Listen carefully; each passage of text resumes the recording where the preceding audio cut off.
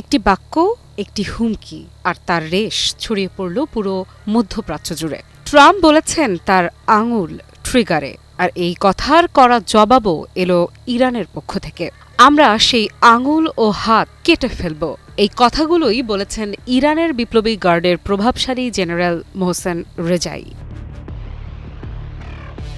সম্প্রতি প্রকাশ্যে দেয়া এই বক্তব্যে মুহূর্তেই উত্তপ্ত হয়ে ওঠে ওয়াশিংটন তেহরান উত্তেজনা। শুধু রাজনৈতিক হুমকি নয়, এ যেন সরাসরি যুদ্ধের ভাষা। ইরানের বিপ্লবী গার্ডের এই জেনারেল স্পষ্ট করে জানিয়ে দেন, যুক্তরাষ্ট্র যদি এবার হামলার পথে যায় তাহলে ইরান কোনো অবস্থাতেই যুদ্ধবিরতির কথা ভাববে না। তার ভাষায়, যদি আমরা যুদ্ধে এগোই তাহলে যুদ্ধবিরতি নিয়ে কোনো আলোচনা হবে না। ট্রাম্পকে উদ্দেশ্য করে রেজাই আরও বলেন, ইরান এতদিন যে সংযম আর কৌশলগত ধৈর্য দেখিয়েছে, যুক্তরাষ্ট্র তা উপেক্ষা করছে। এখনই থামতে হবে, পিছু হটতে হবে, নইলে মধ্যপ্রাচ্যে যুক্তরাষ্ট্রের কোনো সামরিক ঘাঁটি আর নিরাপদ থাকবে না। এই হুমকি এমন এক সময় এলো যখন যুদ্ধ এড়ানোর বার্তাও বাতাসে ভাসছে। এর আগে জানা গেছে, উপসাগরীয় অঞ্চলের একাধিক দেশের মধ্যস্থতায় ইরানে হামলার পরিকল্পনা থেকে আপাতত সরে এসেছে যুক্তরাষ্ট্র। এমনকি পাকিস্তানে নিযুক্ত ইরানের রাষ্ট্রদূত দাবি করেছেন, ডোনাল্ড ট্রাম্প নিজেই তেহরানকে জানিয়েছেন তার হামলার কোনো পরিকল্পনা নেই। কিন্তু ইরান এই আশ্বাসে ভরসা করতে রাজি নয়।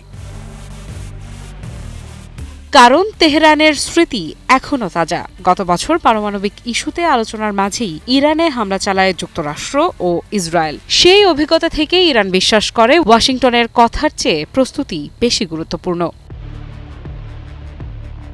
এই প্রেক্ষাপটেই আসে এক্সিওসের প্রতিবেদন। ইসরায়েল ও অন্যান্য মিত্রদের সঙ্গে পরামর্শের পর ট্রাম্প ইরানের সামরিক হামলার সিদ্ধান্ত আপাতত স্থগিত রেখেছেন, জানিয়েছে এক্সিওস। প্রতিবেদনে বলা হয়, ইসরায়েলের প্রধানমন্ত্রী বেনিয়ামিন নেতানিয়াহু ট্রাম্পকে অনুরোধ করেছেন যেন সম্ভাব্য ইরানি পাল্টা হামলার আগেই ইসরায়েল প্রতিরক্ষা ব্যবস্থা জোরদারের সময় পায়।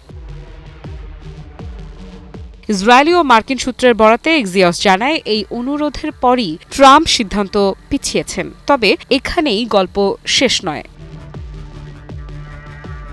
এক মার্কিন সূত্র এক্সিওসকে বলেছেন, সবাই জানে প্রেসিডেন্টের আঙুল এখনও বোতামের ওপরই আছে, অর্থাৎ সিদ্ধান্ত স্থগিত কিন্তু প্রস্তুতি থামেনি।